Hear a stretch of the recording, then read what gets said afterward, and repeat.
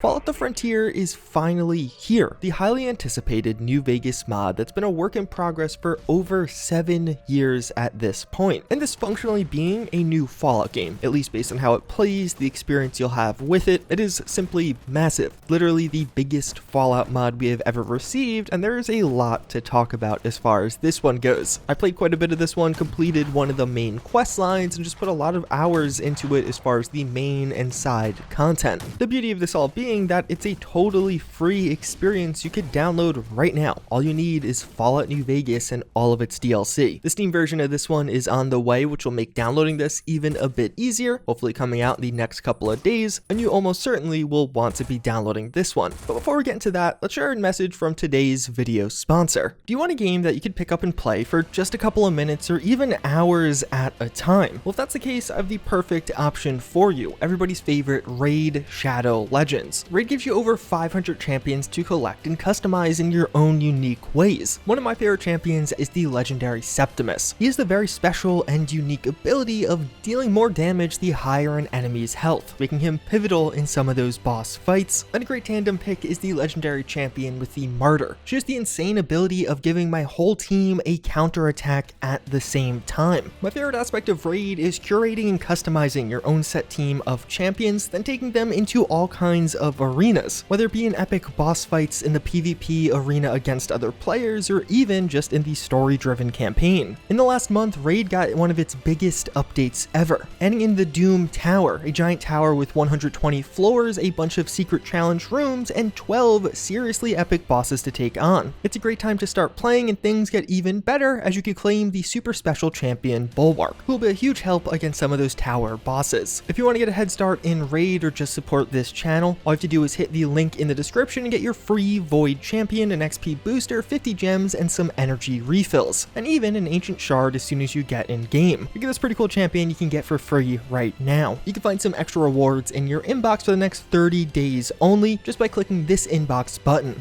All this just by clicking that link in the description. Looking back at the Frontier, one of the crazy parts about this mod is we've just never seen anything even attempting this scale before in Fallout. We've seen other large-scale mods as far as New California, Sim Settlements, and even A Tale of Two Wastelands, but those mods don't add in nearly as much new content and nearly as much playable content as the Frontier. The way this mod's going to start off is actually pretty integral to it, as you start off in a typical Fallout New Vegas. You're the courier in the Mojave. You're going to have that typical Doc Mitchell startup scene, and this is very much so intended, as the Frontier is meant to be a building off point of Fallout New Vegas. You are still the courier, and that's actually a big part of what happens as you go into the Frontier. Your reputation as the courier is a big part of the questline. But in effect, what this does, as you start off a new game in the Mojave, then just have someone walk up to you like, hey, we got some stuff going on over there if you want to check it out, makes it feel very much so like just an extended DLC of Fallout New Vegas. The big difference being the Frontier is bigger than most of New Vegas's DLCs. And without getting into spoilers, the story of this one will start off with you effectively joining these guys known as the NCR Exiles, them functionally being quite similar to the NCR but having some core differences, and this is explained pretty well. A group of NCR troopers decide to break off from the main NCR and take up home in Portland, Oregon, northward. And one of the interesting things this mod does that other Fallout games don't really take on too much is player-controlled flashbacks. So a lot of times with this mod, what you'll end up happening is you'll get some dialogue around a certain issue or a topic, somebody explaining how they went through this or went through that. The example here being, why did these NCR exiles break away from the NCR? And basically you'll have a flashback scene where you will play as one of the NCR exiles and see firsthand what led to that all happening. This typically being a culmination of some cutscenes and a lot of more unique or custom gameplay. You'll have items or equipment that is representative of that other person, and sometimes the objectives were a little bit more unique as you did some of these other flashbacks later down in the story. It's definitely something they utilized a lot though, where you would play as somebody else for a little stint, and it actually felt pretty cool from time to time. It was a nice change of pace from the typical Fallout formula without feeling all that different. And again, with some of these having more unique or distinctive objectives, it actually made the gameplay loop of them a bit more memorable and a nice breakaway from what you were typically doing. Although as you do jump into the story, it is almost very un-Fallout in a sense that the story starts off being extremely extremely linear. As you get into the frontier with the NCR, because that is the way to actually get to this new region, although you do have other options later on, you are more or less kind of thrown into the first act that are several quests all tied together. And the best comparison I could make, and many other people are making, is some of these intro quests do feel very Call of Duty-esque. There definitely is a story going on in the background there, but it's going to be pretty combat focused, which in Fallout, in particular Fallout New Vegas, could be a big problem. But one of the saving graces with this being a combat focused linear intro to the mod is just how much custom content is introduced even just through this. As we'll talk about a bit later, this mod does a lot on a technical level, adding in a ton of new vehicles that actually work pretty well, custom weapons, and a ton of custom effects to go along with them, and just unique encounters you've never experienced in a Fallout game before. And that first intro part, although being linear, does introduce you to that somewhat. Fortunately though, even though it starts off very much so like Call of Duty, after you finish that first chapter 1, it really does open up, and you have a lot more flexibility in which questline you want to pick, which faction you want to side with, and in turn, what kind of gameplay you will experience. So from that chapter 1, you'll be functionally introduced to the 3 major questlines and factions, that being the NCR Exiles, the Northern Legion, and the Crusaders. The NCR you basically are automatically introduced to. You can just continue doing their quests if you want to. The Legion, you actually have to have reputation with the Legion beforehand in the Mojave if you want to join them. Technically speaking, there is a bypass you could use that the mod offers up to you if you don't have the appropriate amount of reputation, but it is a nice little nod there. You could play a little bit in the Mojave first, then come to the frontier. And then finally, the Crusaders, you just kind of get a little nod to, and if you want to check them out, you have to make your way over to their base. The interesting part about this, though, is there are a lot of differences and variety in these 3 major quest lines. I played the most and tested the most with the NCR and the Crusaders, but not only are you getting different main and side quests, once you start down a path of whether it be the NCR or the Crusaders, you can't do the other quest line also. You lock down that one singular path, side quests that will unlock as a result of progressing the main quest. But what is perhaps the biggest and most unique of the bunch is the gameplay is wildly different. For example, as you're playing the NCR questline, it is not super familiar to Fallout fans. It's going to feel more like a Call of Duty-esque questline. There are still choices and decisions to be made. It's not just a solely Call of Duty linear experience, it's just way more that flavor than what you had in vanilla Fallout New Vegas. Again, one of the pretty cool parts about this is, during the NCR questline, you will have a lot of large combat sequences with a lot of unique things, bigger battles than I've ever seen in a Fallout game before, and some pretty cool set elements that are very well and custom done as a result of this, but you'll be definitely engaging in combat pretty often. There are even some pretty awesome boss fights you get into later on. Conversely, the Crusaders is a totally different flavor. This is more or less traditional Fallout, what you've come to expect from some of the past Fallout games. The Crusaders are a newer faction. You're helping them accomplish some of their goals in the region, kind of become more established or well equipped in the region of the frontier. You're introduced to their lore, backstory, do some things with them, do some things for them, and have a lot of choices to make along the way about certain outcomes, including some major ones involving character deaths, and even how character deaths can affect the overall story. Without spoiling too much, the Crusaders are basically a split away group from the Brotherhood of Steel under new ideals, and these are pretty well explained to you over the course of the questline, but also as a result of joining the Crusaders, you'll unlock some custom content, new weapons, some armors that you could probably get otherwise, but are most easily afforded to you as a result of the Crusaders quest. And then the Legion, which is supposedly the most dialogue heavy of the bunch. I didn't get a chance to test that one too extensively. This is really interesting because it makes this almost a must replay to some degree. What I found myself doing was loading up an older save and trying out some of the NCR quests after beating the mod with the Crusaders. And the gameplay experiences are dramatically different. What you're actually doing, how much hand holding or how linear it is very different between the 2 quest lines. So it's not even one of those things that offers a lot of replayability. I would argue this is one of those mods I would say you should replay to some degree. If you beat the mod with one questline, I would highly encourage you to try one of the others. But also it means that there is a lot of content here. The Crusaders questline alone was about 10 hours, including some of that side content, not really rushing it, but not taking my time either. And that's only one. You could also get probably another 10 hours of experience with either of those other 2 questlines,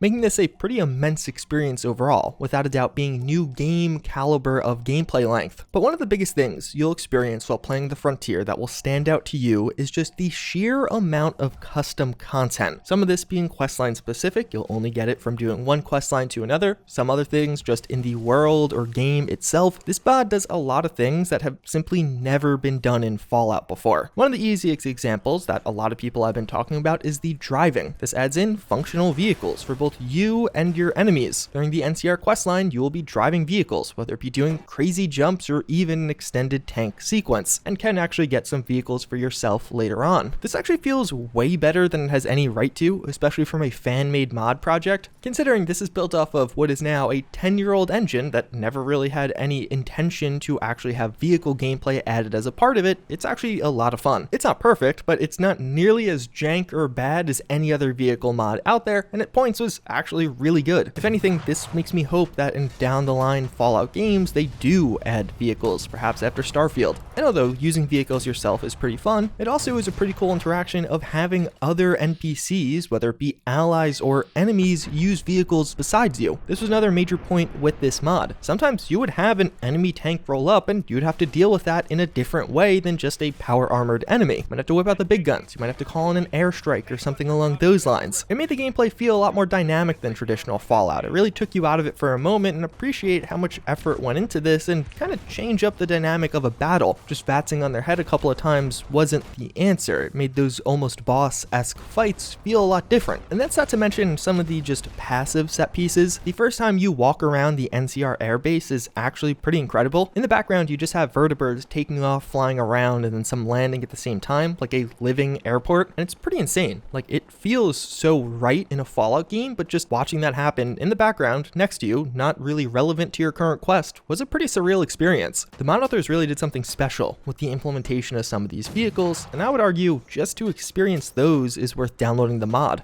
They tried to do a bit with the dialogue system also at points, basically creating a scene where multiple NPCs will talk, then you might have the dialogue tree open up with one, and then it'll kind of switch back and forth. This was cool in concept. The problem is when you were talking one-on-one, when you had the dialogue options pop up on screen, it would freeze the background. This is how the New Vegas engine works. So sometimes you would be kind of in a joint conversation, but have to say something and everything would freeze, and it made it a little bit weird, but it definitely felt pretty cool. The dialogue overall felt a bit more dynamic in this and more fluid. You would go talking from one person to another, or somebody else would be in the conversation. It wasn't as one-on-one as it typically was in New Vegas. And even further, especially on the NCR questline, a lot of the cutscenes are pretty insane. A technical marvel that we have also just not seen in the Fallout engine. They fit in well with the story, and they're one of those things that you just kind of look at and take in. You're like, wow, I can't believe they actually managed this one. With several really propelling the story forward in a big way. Unfortunately, the vast majority of these cutscenes are skippable if you want to skip them. Also, some of the visual effects really do stand out during this one. When you get some of those big fights, in particular on the NCR questline, whether it be with some of the weapons you're using or just manning an artillery piece and seeing the explosions you're creating in the background, some of the visuals that are updated over New Vegas really stand out here and actually make the overall experience come across as much nicer. It's not like you'll find them all the time, but they're consistent enough, and when they pop up, it does feel pretty nice. Like, this has just a bit of a higher quality visual fidelity compared to Fallout New Vegas, which is obviously welcomed. And there's even a bunch of little things, like the load screen is updated to be a bit different. There are custom load screens. Some of the sounds, like when you get a new quest, do have different sound effects, which is a small gesture, but it's nice. It adds to the feeling of this feeling new, unique, and custom. Which, speaking of the world, that's another big asset here, as this world is pretty immense and really does feel like a new Fallout games experience. As you're exploring the world, whether it be doing some of the quests or just going off on your own, there are new weathers and enemies that do serve as a really nice backdrop. A lot of these enemies are pretty unique and custom, but fit in pretty well. The vast majority of the time, it didn't stand out as not being welcome or like it didn't make sense here. Pretty early on, they have some quests where you're going to walk around the frontier, so you're actually going to discover a ton of side content as you're doing a main quest in a very Fallout-esque nature. Then after you finish that chapter 2, you could go and explore that side content. One of the pretty awesome parts about this world that made this a lot of fun on my initial playthrough was just the wealth of new weapons, armors, and other items. There's a ton of new weapons in this mod that will really make it feel like there's like a giant weapon pack included with it. So oftentimes you'd get into combat and start taking down enemies and just find new stuff consistently. I was always trying to swap out my current weapon or whatever I was mainly using for something new or different because I found something new and interesting. There are HD versions of some New Vegas weapons, so not totally new or custom, but just better looking. And even some of the weapons are taking something familiar and adding a new twist to it or some kind of upgrade. There are new perks added in to augment this in a pretty big way. It's impossible to go through all of them because there are a ton of new perks. Some of the simple ones are getting knocked back back on shotguns, making it so you'll actually get some bonuses for items you find in the frontier, like finding frontier weapon ammo more consistently, and of course just the wealth of side quest content. Similar to a Fallout game, you can stick to the main quest, just beeline that story, but also explore around, talk to other people, get side quests. Doesn't feel like there's quite as much side quest content as something like New Vegas, but that is somewhat to be expected, and there's still plenty. I did several quests, like one helping out a settlement of robot refugees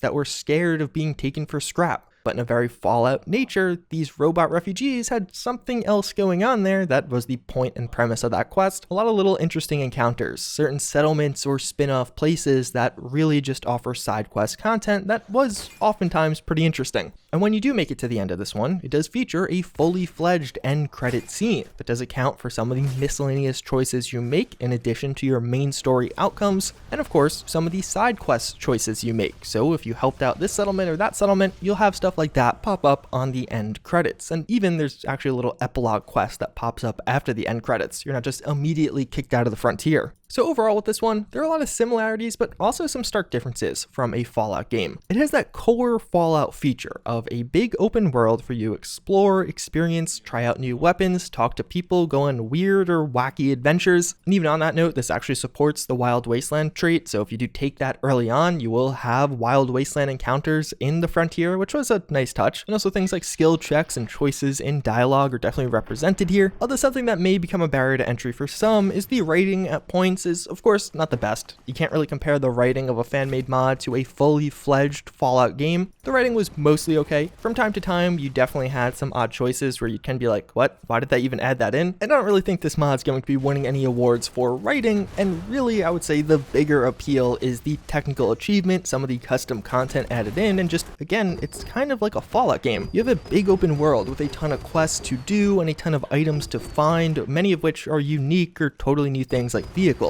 Overall, it's a lot of fun. At points, the gameplay definitely dragged on, especially with some of those extended combat sequences. I was like, all right, I'm tired of shooting these people, but this mod does a lot right, including one thing which I didn't really mention, but is really well done with this in the voice acting. A lot of mods miss or skimp on voice acting, where it kind of becomes one of the big pullaways for the mod overall. And although at points the volume of some of the voice actors in this was a little wonky, the actual quality of voice acting was really good across the board with this one. Of course, there are better or worse performances, but it was consistently good enough, which I feel like is going to be really rare for a mod of this scale. With this many custom voice lines, this many different voice actors, never took me out of it. And at numerous points, I was actually pretty surprised at how good the voice acting was with this one. So in conclusion, this is 20 hours of new Fallout styled content. Sometimes the writing definitely goes off the beaten path and definitely is a bit different from Fallout. And even depending on which questline you pick, it could be a bit of a variation, but overall, I would say this is a must download if you own New Vegas. There's just so much here for so many different people, you'll probably find something you enjoy. And again, it's totally free. There really isn't much of a barrier to entry to use this one. It's honestly insane that this is released as a free fan-made project. The amount of content, the amount of hours of gameplay this mod offers is pretty next level. We probably won't see something else like this for a really, really long time. Not to mention how far they're pushing the New Vegas engine with the custom sequences, battles, and just the overall technical accomplishments. Hopefully you guys enjoyed this one. Hopefully you found it informative. As always, again, I thank you for watching, and I hope to see you all next time. Later.